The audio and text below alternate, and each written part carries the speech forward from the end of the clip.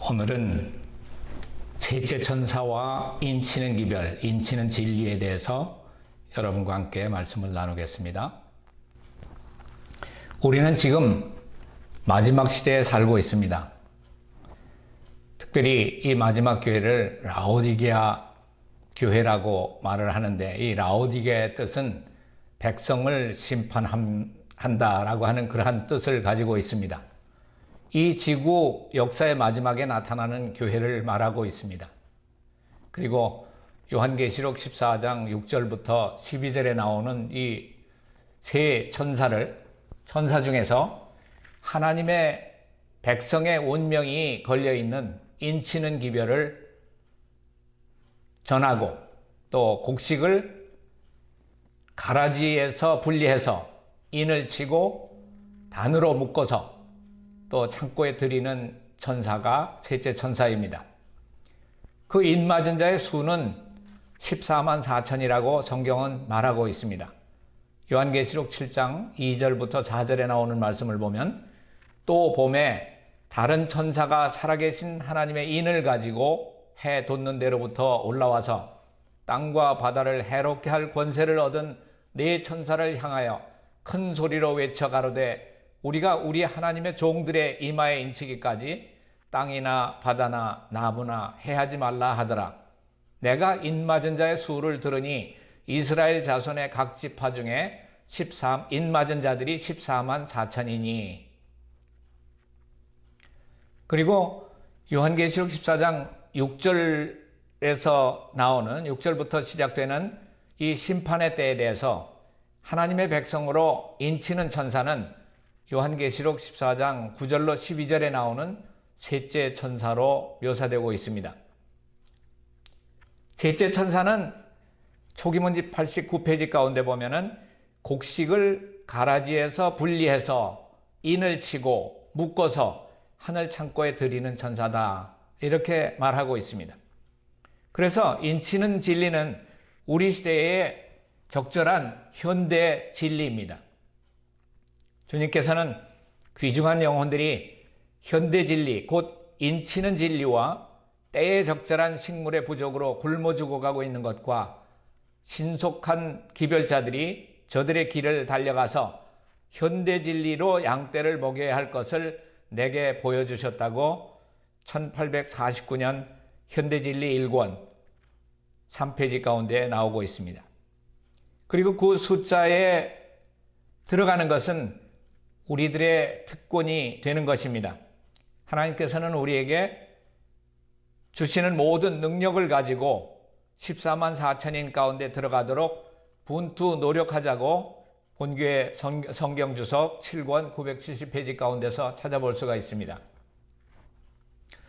영감의 글은 인치는 사업을 오직 미래에 있을 사건으로 묘사했습니까? 아니면 기별의 초기에 시작해서 계속 진행되었고 미래에 종결될 사건으로 묘사했습니까? 초기문집 43페이지, 44페이지 가운데 보면 사단은 이 인치는 시기 동안 하나님의 백성들의 마음을 현대 진리에서 돌이켜 그들이 흔들리도록 하기 위해서 온갖 계략을 다 쓰고 있다. 나는 하나님께서 환난의 때에 그분의 백성들을 지키기 위해서 그들을 덮어 씌울 덮개를 가지고 계시는 것을 보았다. 진리편에 서서 마음을 순결하게 보존한 영혼에게 전능자의 보호막이 씌워질 것이다. 이 말씀은 구약 가운데서도 우리 이사야 26장 20절에 보면은 내 백성아 갈지어다 내 밀실에 들어가서 이 분노가 지나기까지 잠깐 숨을지어다, 이런 말씀을 우리가 찾아볼 수가 있습니다. 이 밀실이라고 하는 것은 천사들이 특별히 하나님의 남은 백성들을 보호한다고 하는 그러한 의미가 됩니다. 계속해서 보면 그렇습니다. 나는 사단이 이런 방법으로 하나님의 백성들을 혼란시키고 속이고 유혹하는 일을 바로 지금 곧 인치는 시기에 하는 것을 보았다. 어떤 사람들은 현대 진리에 굳게 서 있지 않았다. 그들이 진리에 확고하게 서 있지 않았기 때문에 그들의 무릎은 떨리고 발은 미끄러졌다. 그들이 이렇게 흔들리는 동안에는 전능하신 하나님께서 그들을 보호하실 수 없으실 것이다. 사단은 인치는 시기가 마치고 하나님의 보호막이 그분의 백성에게서 거두어지기까지 온갖 관계를 다 써서 그들을 그런 처지에 붙들어 놓기 위해서 애쓸 것이다. 그렇게 되면 그들은 마지막 7 재앙이 내릴 때 하나님의 맹렬한 진노를 피할 수 없게 될 것이다. 하나님께서는 그분의 보호막을 그분의 백성들 위해 씌우기 시작하셨는데 대살육의 날에 피난처를 갖게 될 모든 무리에게 씌워질 것이다. 하나님께서는 남은 백성들을 위해서 위기 가운데서 하늘 천사들의 보호를 약속하셨습니다. 이 인침은 마지막 야곱의 환난을 통과할 모든 사람은 다 반드시 받아야 할 그러한 도장인 것입니다. 이 인은 10계명 중에 4째 계명과 관련되어 있기 때문에 안식일을 준수하지 않는 자들에게는 이 인이 쳐질 수가 없습니다.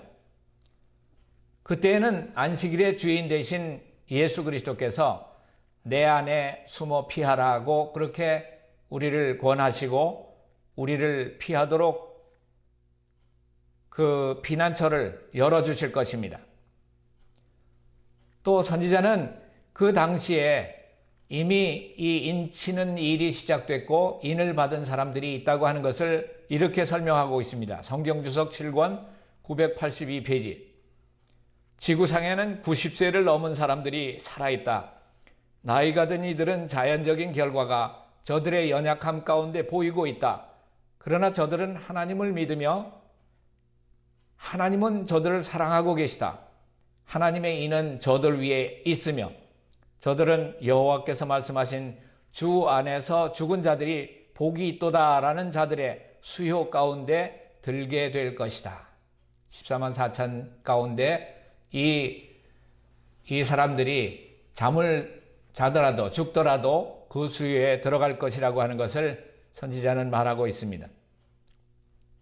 또 실물교훈 314, 315페이지 가운데 보면은 이 하나님의 계명을 순종하는 것에 대해서 이렇게 설명하고 있습니다.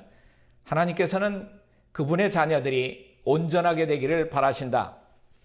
그분의 율법은 그분의 품성의 사본인 동시에 모든 품성의 표준이 된다. 이 귀한 표준을 모든 사람에게 주신 것은 하나님께서 그분의 나라를 구성할 백성들이 어떤 사람이 되어야 할지에 대한 오해가 없도록 하시기 위함이다.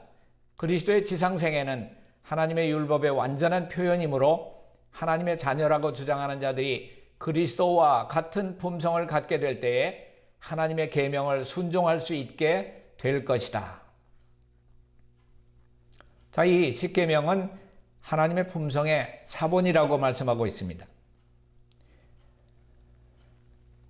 그러므로 하나님의 인을 받는다고 하는 말은 하나님의 품성을 받는다고 하는 말과 같은 것입니다. 마태복음 5장 48절의 말씀을 보면 그러므로 하늘에 계신 너희 아버지의 온전하심과 같이 너희도 온전하라. 하나님께서는 그분의 백성들에게 온전하게 되기를 바라고 계십니다. 교회증언 5권 216페이지 가운데 보면은 지금은 준비할 시간이다. 하나님의 인은 부정한 남녀의 이마에도 결코 처지지 않을 것이다. 그것은 야망적이요 세상을 사랑하는 남녀의 이마에도 결코 처지지 않을 것이다.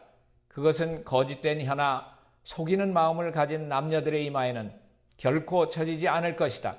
인을 받는 모든 사람은 하나님 앞에 흠이 없는 하늘의 후보자들이 되어야 한다. 살아계신 하나님의 인은 품성 속에 그리스도와 같은 품성을 갖고 있는 자들에게만 지켜질 것이라고 성경주석 7권 970페이지 가운데 기록하고 있습니다. 또 성경주석 6권 1118페이지 가운데 보면은 우리는 그의 충만하심을 위해서 곧 목표가 우리 앞에 선명한 것 같이 그의 품성의 완전함이 우리 안에 새겨지기를 간구하고 있는가? 주의 백성이 이 목표에 도달하면 그들은 이마에 인침을 받을 것이다. 이 하나님의 율법과 일치한 삶을 살게 될 때에 우리의 죄는 도말되고 또 인침을 받아서 더 이상 진리에서 흔들리거나 요동함이 없게 될 것입니다. 초기문집 58페이지 가운데 보면 인치는 시기는 매우 짧으며 곧 지나갈 것이다. 지금은 네 천사가 네 바람을 붙들고 있는 동안 바로 우리의 부르심과 택하심을 굳게 할 때이다. 이 네 바람은 전쟁과 소요의 바람, 오늘날 일어나고 있는 점점 더 심각해지고 있는 위기를 말하고 있는 것입니다. 제7일 재림교도들은 살아계신 하나님의 인을 받게 될 것인데 그 이유는 살아계신 하나님의 인이 되는 안식일을 지키고 하나님의 품성의 사본인 계명을 지키고 예수의 믿음으로 구원을 얻게 되기 때문입니다. 그렇기 때문에 1844년에 이 땅에 내려온 셋째 천사는 알곡과 가라지를 구별해서 인을 치고 묶어서 하늘 창고에 들이는 천사라고 말하고 있는 것입니다. 우리는 14만 4천인의 후보자가 된 것을 참으로 주님께 감사드려야 할 것입니다. 정로의계단 62페이지 가운데 보면은 영생을 얻는 조건은 지금도 옛날 에덴 낙원에서 우리의 시조가 타락하기 전과 똑같으니 곧 하나님의 율법을 온전히 순종하는 완전한 의가 요구된다. 만일의 영생을 이보다 약한 조건으로 허락하여 준다고 하면 온 우주의 행복은 위협을 받게 될 것이고 모든 재화와 비참을 일으키는 죄가 영원히 불멸할 길이 열리게 될 것이다.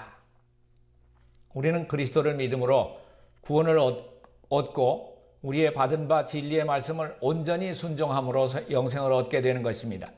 하나님께서는 우리들에게 흠과 점이 없는 완전한 품성을 요구하시고 그렇게 살 수 있도록 능력을 우리에게 베풀어 주실 것입니다.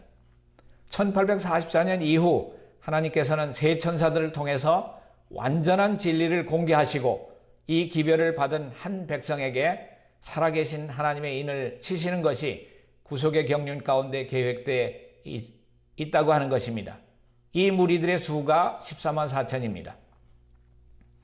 완전한 진리인 이 세 천사의 기별을 받은 자들이 14만 4천 무리에 속하지 못한다고 하면 그것은 구원에 실패했다고 하는 것을 의미하는 것이고 구원을 받는다고 하는 것은 14만 4천인의 특권을 누리게 되는 것입니다.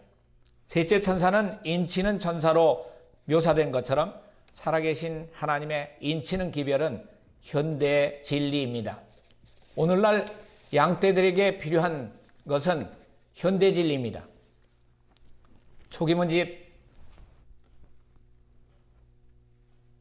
19페이지 가운데 나오는 말씀을 보면은 이 성전은 7개의 기둥이 떠받치고 있었으며 7개가 모두 매우 찬란한 진주가 박힌 투명한 금으로 되어 있었다.